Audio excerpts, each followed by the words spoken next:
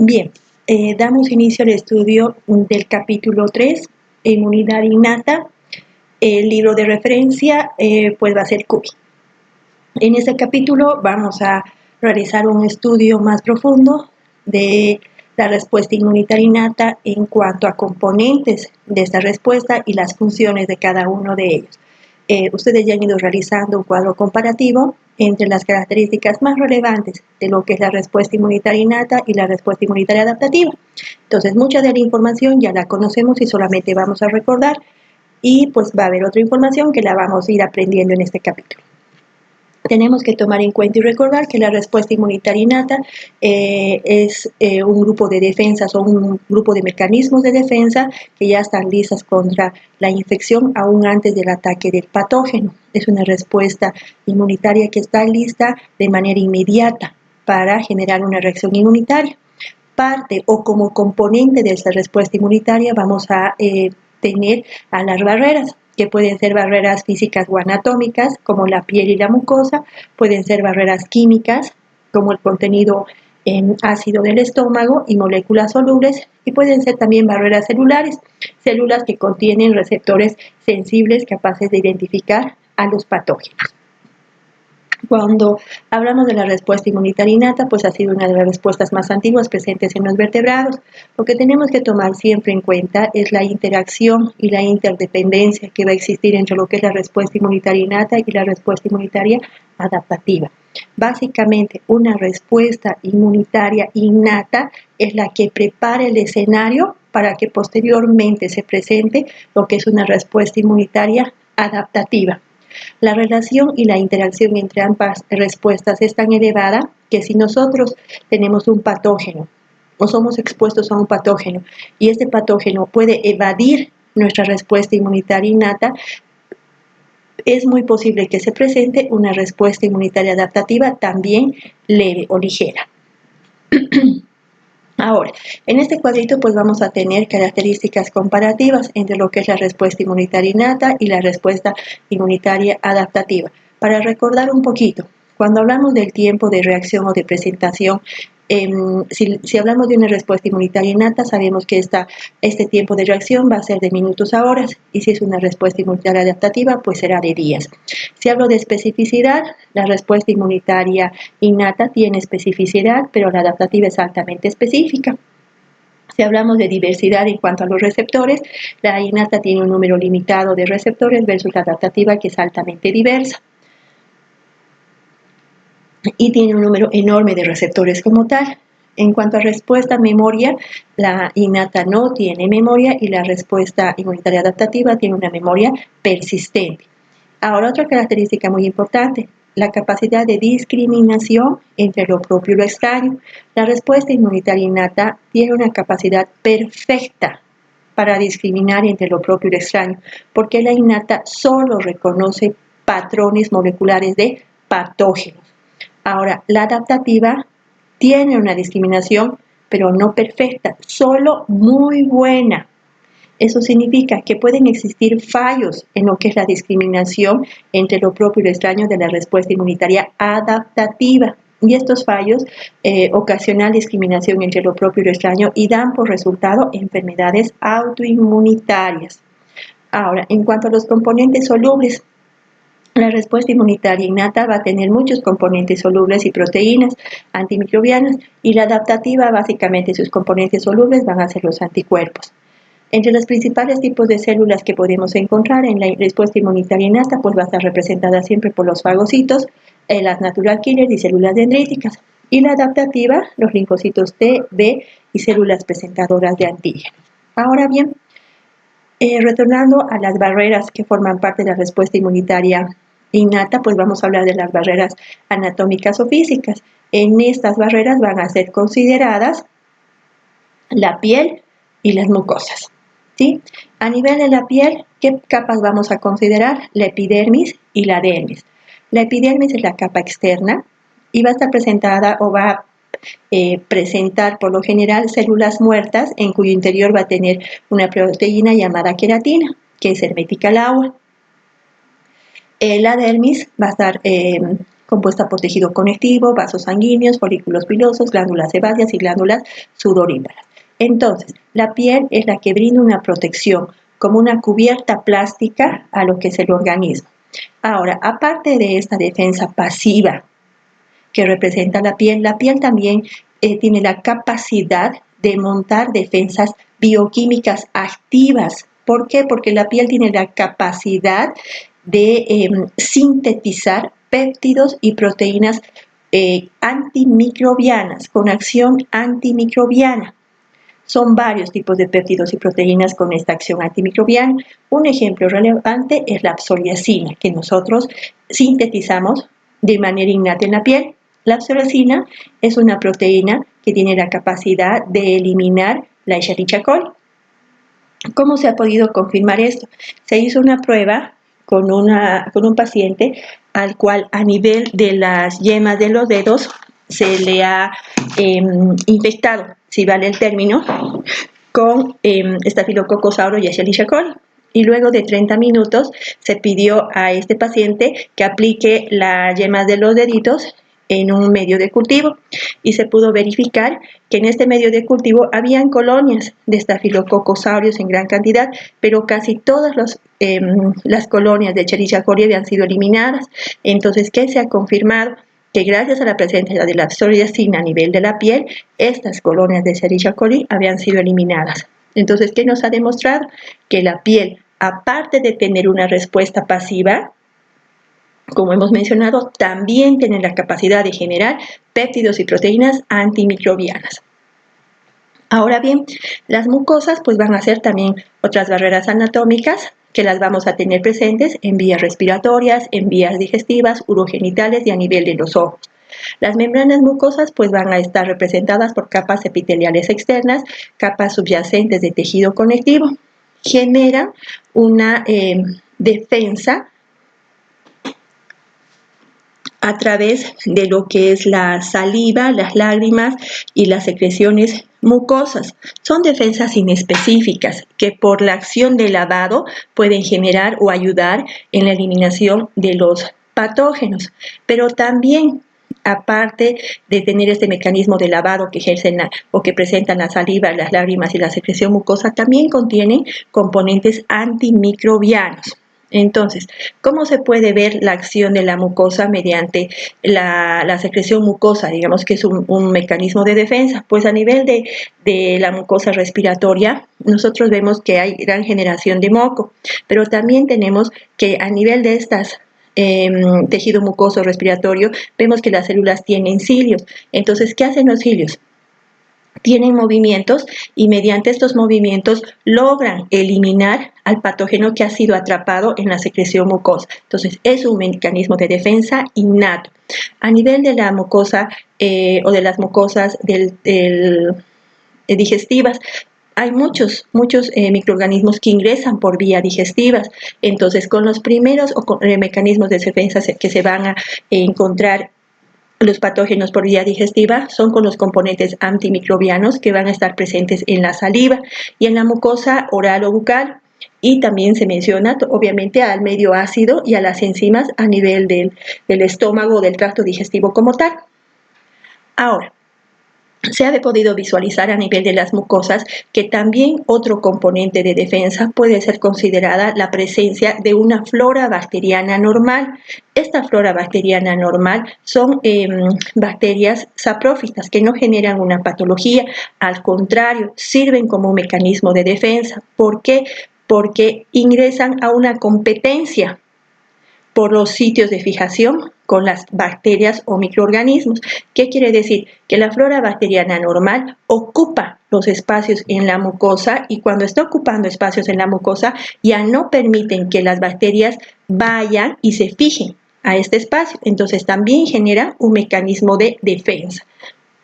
Entonces, piel y mucosas son barreras físicas o anatómicas parte de la respuesta inmunitaria innata que generan protección. La piel de manera externa. Las mucosas son un recubrimiento de manera interna. ¿Cuándo se ven alteradas estas barreras? A nivel de la piel nosotros podemos ver que las lesiones como laceraciones, soluciones de continuidad que son las heridas, las picaduras de insectos, las quemaduras, las abrasiones, alteran lo que es esta barrera física o anatómica y por ende nos hacen más susceptibles a procesos infecciosos como tal. Bien, este es un cuadrito que básicamente nos hace referencia a lo mismo, ¿no? Lo que ya habíamos mencionado, solamente para que sepan la secuencia, si vale el término, de cómo se presenta lo que es la respuesta inmunitaria innata a nivel de la piel y a nivel de la mucosa como tal. Cuando hablamos de la piel, hemos dicho que tenemos, aparte de que es una cubierta plástica, tenemos la formación de péptidos antimicrobianos. Los ácidos grasos a nivel del sebo también es un mecanismo de defensa. Nosotros sabemos que a nivel de los oídos tenemos formación de ácidos grasos como el sebo, entonces a nivel de los oídos, este sebo también genera un mecanismo de defensa. ¿Por qué? Porque es quien detiene a microorganismos que pueden ingresar, ejemplo, a nivel del conducto auditivo externo. A nivel de la boca y parte superior del tubo digestivo, también van a estar la mucosa con la formación de péptidos antimicrobianos y también las enzimas, ya hemos dicho, ¿no ve? Y ácidos digestivos que nos dan mecanismos de defensa como tal. A nivel del estómago, intestino delgado, intestino grueso, lo mismo. Tenemos mecanismos de defensa de manera pasiva y activa con la formación de péptidos antimicrobianos. De la vía respiratoria, no se olviden las secreciones mucosas, el moco como tal y la presencia de cilios a nivel de este tejido mucoso son los que permiten también, por acciones innatas, la eliminación de patógenos. Bien, cuando hablamos de inmunidad innata y adaptativa siempre hay una conexión y hay una interrelación. Ahora, para que se genere una respuesta inmunitaria innata, para que se genere una respuesta inmunitaria adaptativa, siempre tiene que haber la activación de dos componentes importantes. Primera acción o de dos acciones importantes. Primera, la detección del invasor y luego el ataque al invasor. ¿Cómo vamos a hacer la detección del invasor? Pues por medio de sensores que en este capítulo los vamos a ir conociendo. ¿Y cómo vamos a hacer el ataque al invasor? Básicamente con la elaboración de mecanismos de defensa como tal.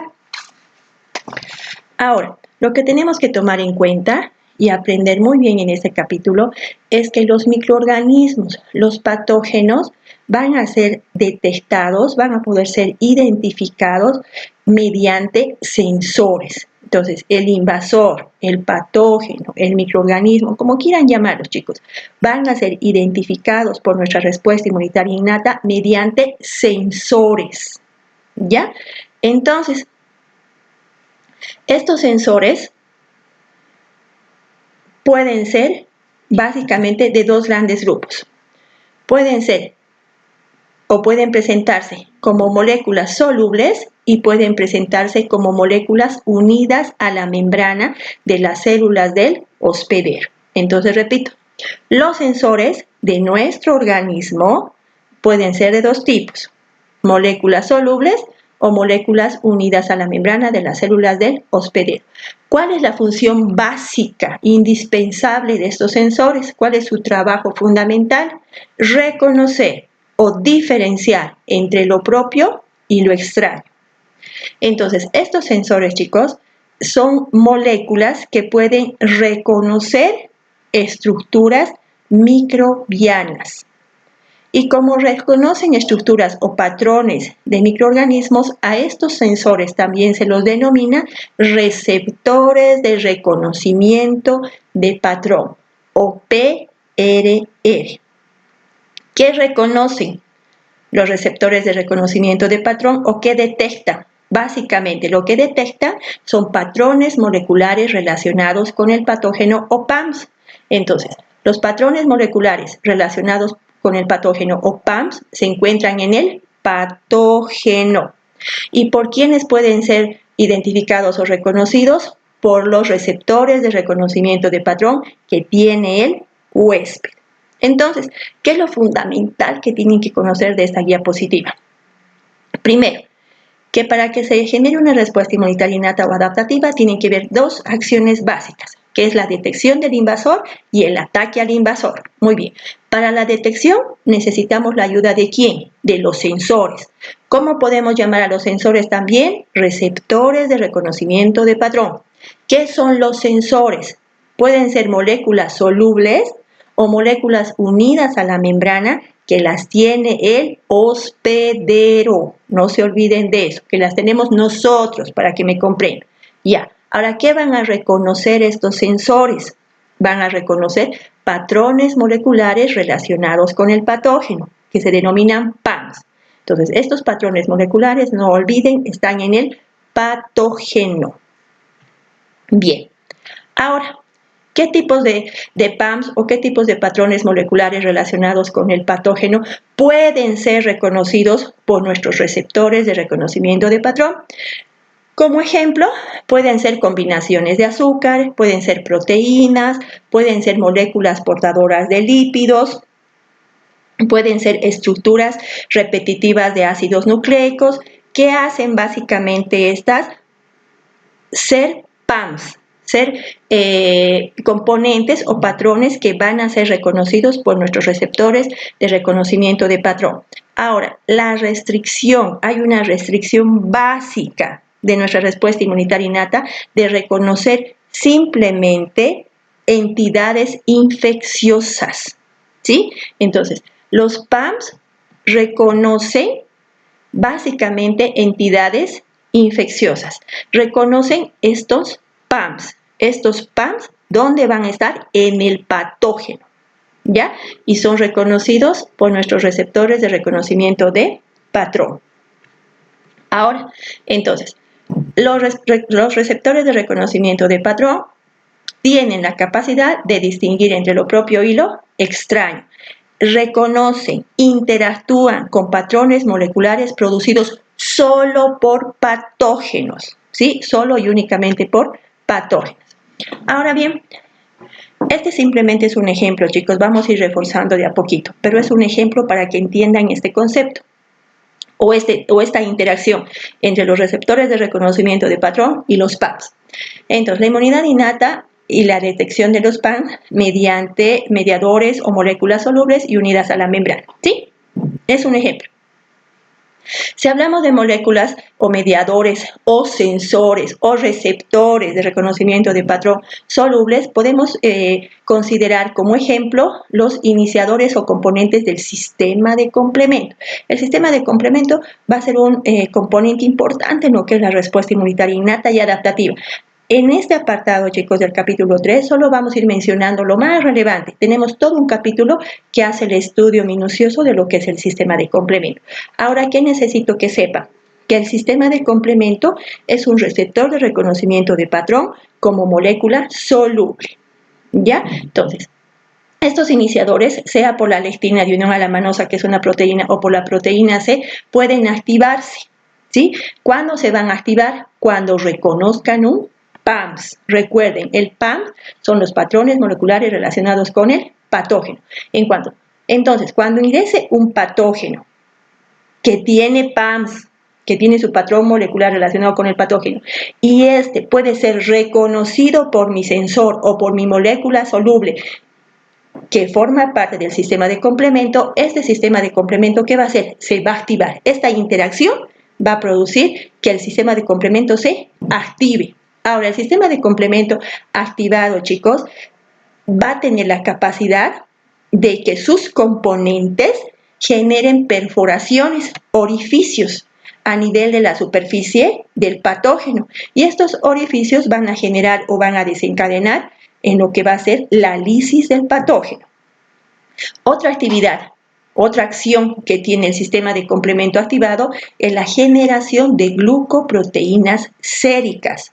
Estas glucoproteínas séricas ayudan a la captación del microorganismo por los fagocitos y ayuda a lo que va a ser la opsonización. A su vez, también el sistema de complemento o sus subproductos promueven lo que va a ser el proceso de inflamación y desencadena todo otro proceso de respuesta inmunitaria. Entonces, En esta diapositiva solo me está mencionando un ejemplo de sensor o molécula soluble que trabaja al unirse, o que se activa, perdón, al unirse o identificar al PAMS. Y una vez activada esta molécula soluble o este sensor, que es el sistema de complemento, genera o trabaja eliminando al patógeno identificado mediante su PAMS. Repito, el sistema de complemento va a tener la capacidad de activarse mediante la respuesta inmunitaria innata y mediante la respuesta inmunitaria adaptativa. Se activa mediante la respuesta inmunitaria innata cuando está trabajando cuando interactúa como receptor de reconocimiento de patrón, y se activa mediante el sistema de complemento cuando interactúa con los anticuerpos, y es mediante la respuesta inmunitaria adaptativa. Este es un gráfico que describe todo lo que hemos mencionado. Cuando hagan el estudio, chicos, siempre traten de estudiar, les voy a repetir una y otra vez, con los gráficos que tienen en el libro de apoyo. Ahora, para que recuerden, para que quede fija la información, en la activación del sistema de complemento genera, hemos dicho, proteínas que van a activar o generar agregados, generando orificios o agujeros en la membrana celular del patógeno, y dan como conclusión la lisis del patógeno. O puede generar glucoproteínas séricas que ayudan a la captación del microorganismo por los fagocitos y ayuda a lo que es la opsonización y por ende fagocitosis. O también los subproductos de esta activación del sistema de complemento activan o promueven el proceso inflamatorio y desencadenan toda una respuesta inmunitaria. Repetimos, la activación del sistema de complemento mediante el PAMS y los RPR, que son los receptores de reconocimiento de patrón, es parte de la respuesta inmunitaria innata o inmunidad innata. Y cuando interactúa con los anticuerpos es parte de la respuesta inmunitaria o inmunidad adaptativa. Bien, ahora, también como parte de la respuesta inmunitaria innata, chicos, nosotros vamos a tener la presencia de células, habíamos mencionado, y entre estas células vamos a tener a las células dendríticas y a los macrófagos. Ahora, ¿qué es lo más relevante de estas células dendríticas y macrófagos? Que van a tener receptores de reconocimiento de patrón, que van a tener sensores. Es otro ejemplo de nuestros receptores de reconocimiento o de nuestros sensores, pero en este caso no son moléculas solubles, sino son sensores o receptores que están unidos a la membrana de estas dos células, de las células dendríticas y de los macrófagos. Entonces, repito, estos dos grupos de células tienen a nivel de su superficie receptores de reconocimiento de patrón. Estos receptores de reconocimiento de patrón que se presentan en estas células tienen nombre y se llaman receptores tipo TOL. Los receptores tipo TOL es un grupo de receptores amplio e importante. Es el grupo de receptores unidos a la membrana más importante de la respuesta inmunitaria innata. Tienen una capacidad elevada de detectar productos antimicrobianos. Diferentes tipos de productos antimicrobianos pueden ser identificados por los receptores tipo TOL. En el ser humano se han identificado, se han descrito 11 tipos de receptores tipo TOL. Cada uno de estos receptores va a tener la capacidad de reaccionar con un producto antimicrobiano específico. Ahora, cuando un receptor tipo TOL que se encuentra en la superficie de un macrófago e interacciona entre lo que es el receptor tipo TOL y el PAMS del patógeno o del microorganismo, ¿qué sucede? El receptor, al entrar en contacto con este PAMS, inicia señales en lo que es el macrófago y estimula o enciende o activa, el término que ustedes quieran, al macrófago. Y al activar al macrófago, ustedes recuerden, un macrófago activado tiene una mayor capacidad fagocítica. Además, un macrófago activado también tiene la capacidad de producir agentes químicos tóxicos con la finalidad de eliminar al patógeno. Entonces, ¿qué tienen que conocer de esta diapositiva puntualmente? Que tanto los macrófagos como las células dendríticas tienen en su superficie sensores o receptores de reconocimiento de patrón, pero que estos están unidos a la membrana de estas células, que una vez que interactúe estos receptores que habían tenido nombre, porque se denominan receptores tipo TOL, con el PAMS del patógeno, se activan estas células. Ahora bien, un macrófago activado, gracias a la interacción de su receptor tipo TOL con el patógeno, va a generar también citocinas. Estas citocinas inducen la activación de otras células inmunitarias específicas, modifican también el comportamiento fisiológico de las células o tejidos blancos para poder ser eliminados. Gracias a un macrófago activado por la interacción entre el receptor tipo TOL y el patógeno, gracias a su PAMS, no se olviden, también se va a formar o va a tener la capacidad de formar citocinas como la interleucina 1, la interleucina 6 y el factor de necrosis tumoral. Estas citocinas son de gran relevancia en lo que es la reacción inflamatoria como respuesta inmunitaria. Ahora, cuando el receptor tipo TOL interactúa estando presente en lo que son las células dendríticas, pues también activan a estas células dendríticas. Recordemos que las células dendríticas cuando son inmaduras tienen la capacidad de fagocitosis. Entonces, ¿qué van a hacer? Van a internalizar, van a fagocitar al patógeno, porque ha podido ser reconocido mediante su receptor tipo TOL el patógeno. Entonces, procesan al patógeno. Una vez procesado el patógeno, las células dendríticas maduran entrando a un tejido linfoide como es el ganglio y se convierten en células presentadoras de antígeno. ¿A quién van a presentar este antígeno? A las células T. Si es un linfocito T colaborador, este linfocito T colaborador va también a generar citocinas proinflamatorias. Entonces, lo que tenemos que recordar de estas dos diapositivas es que me está haciendo mención a que así como habíamos tenido sensores o receptores solubles, también tenemos receptores unidos a la membrana.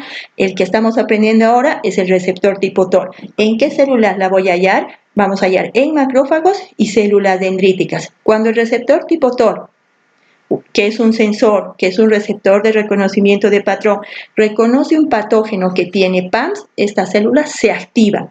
Y una vez activadas, tienen capacidad fagocítica y tienen capacidad de generar citocinas. Ahora, la interacción entre lo que es la respuesta inmunitaria innata y lo que es la respuesta inmunitaria adaptativa, para que recordemos un poquito, las funciones inmunitarias innatas ocurren en una fase temprana de la infección. Esta fase temprana de la infección también va a generar citocinas que una vez liberadas van a modificar la naturaleza de la inmunoreacción y van a dar lugar a lo que es la respuesta inmunitaria adaptativa. Entonces, acá me confirma una vez más la relación entre lo que es la respuesta inmunitaria innata y adaptativa. Componentes, chicos, que se forman en la respuesta inmunitaria innata como fase temprana de una respuesta o una reacción inmunitaria van a ser parte o van a estimular o desencadenar también nuestra respuesta inmunitaria adaptativa, como son la liberación de citocinas. Básicamente el mismo gráfico para que recuerden un poquito más sobre la interacción, ¿sí?, de los receptores de reconocimiento de patrón y de los PAMS. Ahora, un apartado fundamental de este capítulo, chicos, es la inflamación. ¿Qué va a ser la inflamación? La inflamación pues va a ser parte de una respuesta inmunitaria innata. Lo que nosotros tenemos que tomar en cuenta y tener bien presente en este apartado de lo que es la respuesta inmunitaria innata, que ante una lesión de lo que es el tejido, lo primero que se va a presentar es una reacción inflamatoria. ¿Qué es la reacción inflamatoria? Pues es una cascada de fenómenos. Esta reacción inflamatoria puede ser una inflamación aguda o una inflamación crónica. Cuando la inflamación es aguda, básicamente la respuesta que se presenta es una respuesta al daño tisular, ¿ya? Y cuando es una inflamación aguda, lo que combate, chicos, es las primeras fases de la infección. Cuando la inflamación es aguda y está combatiendo o nos está defendiendo en las primeras fases de la infección, si logramos controlar el proceso en esta etapa, va a dar como consecuencia una reparación del tejido casi inmediato. Entonces, ¿qué quiero que entiendan? Al producirse la inflamación como una reacción o respuesta al daño tisular y al combatir las primeras etapas de la infección y lograr controlar esta infección, el proceso de reparación del daño tisular es casi inmediato. Pero también se puede presentar una reacción inflamatoria o una inflamación crónica, donde ya va a tener consecuencias. Por ejemplo, los procesos de artritis y de cáncer. Entonces, puede haber una reacción inflamatoria aguda, como puede haber una reacción inflamatoria crónica. Ahora, básicamente, pues las características de lo que es una reacción inflamatoria o una inflamación las conocemos todos, las conocen todos. ¿Qué vamos a tener como características básicas? La tumefacción, el enrojecimiento, el aumento de temperatura o calor, el dolor. Y cuando nosotros tenemos la presencia de estas 4 características en lo que es una reacción inflamatoria, pues estas van a estar acompañadas de pérdida funcional o limitación de la función. Entonces, las características que identifican a un proceso inflamatorio van a ser 5: tumefacción o edema, enrojecimiento, calor, dolor y pérdida funcional o pérdida de la función. Ahora, ¿cómo se va a ir presentando todo lo que es el mecanismo de la inflamación? Ese mecanismo de la inflamación va a ir paso a paso, ¿sí? Se va a ir generando paso a paso todo lo que es la reacción inflamatoria. Y si nosotros conocemos el mecanismo de la inflamación, vamos a tener también en cuenta y vamos a tener el conocimiento de por qué presenta las 5 características que hemos mencionado. ¿Qué sucede? Minutos después de que se ha producido el daño tisular, como vemos en la imagen, aquí ha habido un daño tisular a nivel del tejido por una astilla. Ahora, cuando se produce el daño tisular, no solamente es la lesión como tal, sino con el objeto que se está produciendo el daño tisular, están ingresando a nivel del organismo bacterias, ¿sí? O microorganismos. Entonces, minutos después de que se ha producido este daño tisular y ya existe el ingreso de microorganismos, ¿qué es lo primero que vamos a ver en el organismo? Pues vamos a ver en los vasos sanguíneos más próximos al daño tisular una vasodilatación. Como se produce una vasodilatación, va a haber aumento del diámetro de los vasos sanguíneos. Al aumentarse el diámetro de los vasos sanguíneos, vamos a tener también un aumento o un incremento del volumen sanguíneo en esta zona.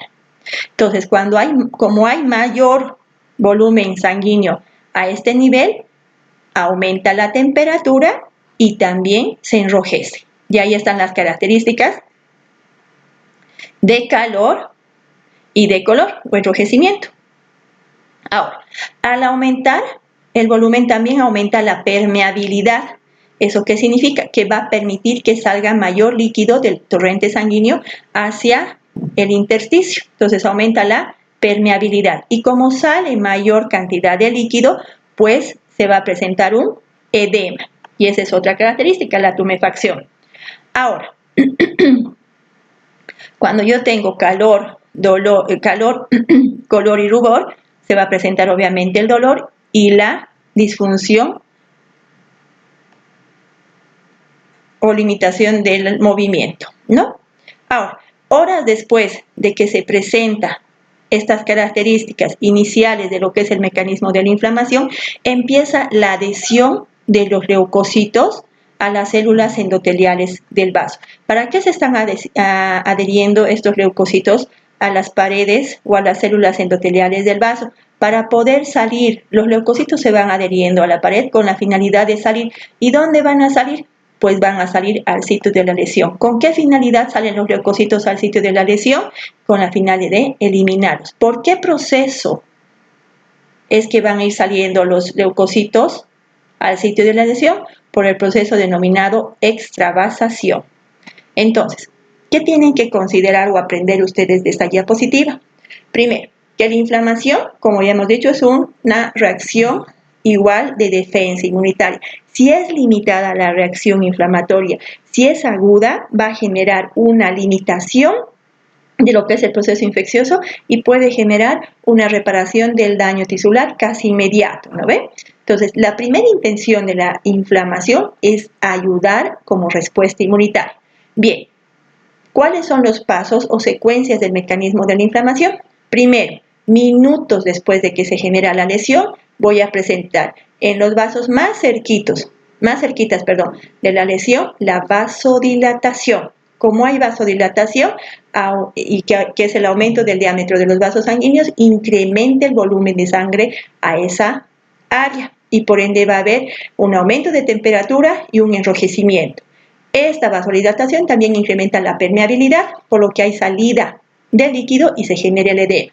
Eso minutos después de la inflamación. Cuando ya han transcurrido, minutos después de la lesión, cuando ya han transcurrido horas de la lesión, empieza la adhesión leucocitaria, que es la unión de los leucocitos a nivel de la pared endotelial o de las células endoteliales del vaso con la finalidad de salir del vaso, atravesar las paredes y llegar al sitio de la lesión mediante el proceso denominado extravasación.